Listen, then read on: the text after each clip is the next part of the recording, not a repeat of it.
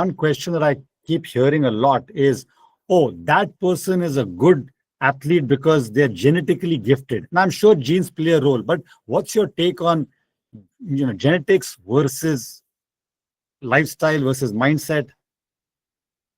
So I will 100% say that, of course, if you take the very elite professional level, genetics play a role. You cannot become a 205 marathoner if you don't have the genetics at the beginning to do so. You cannot become a Tour de France cyclist if you don't have the genetics to do so.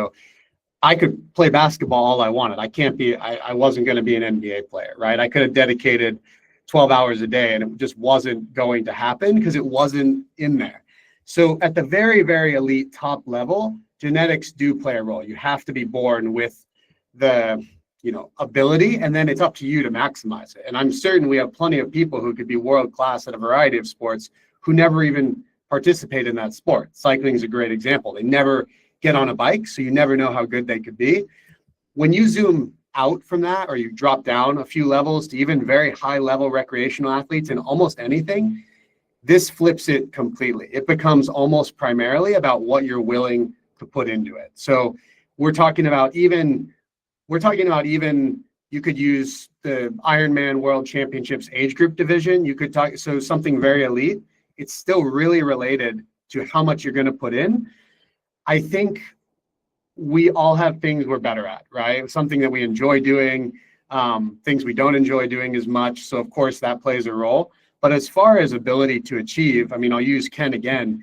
He didn't really exhibit any exemplary physiological capacity when he was younger, right? He wasn't some world-class cross-country runner in high school. He abused his body for many years in many ways. And then he still ran a 2:29 marathon, which is probably more than I'll ever do in my life, which is for sure more than I'll ever do.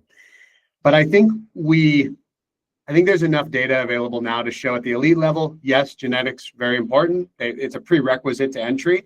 But below that, it's really down to what we put into it. And I think it's long been an easy way to say, I can't do that because that person's just gifted. And it's like, well, maybe, but maybe they also just put in a tremendous amount of work, right? And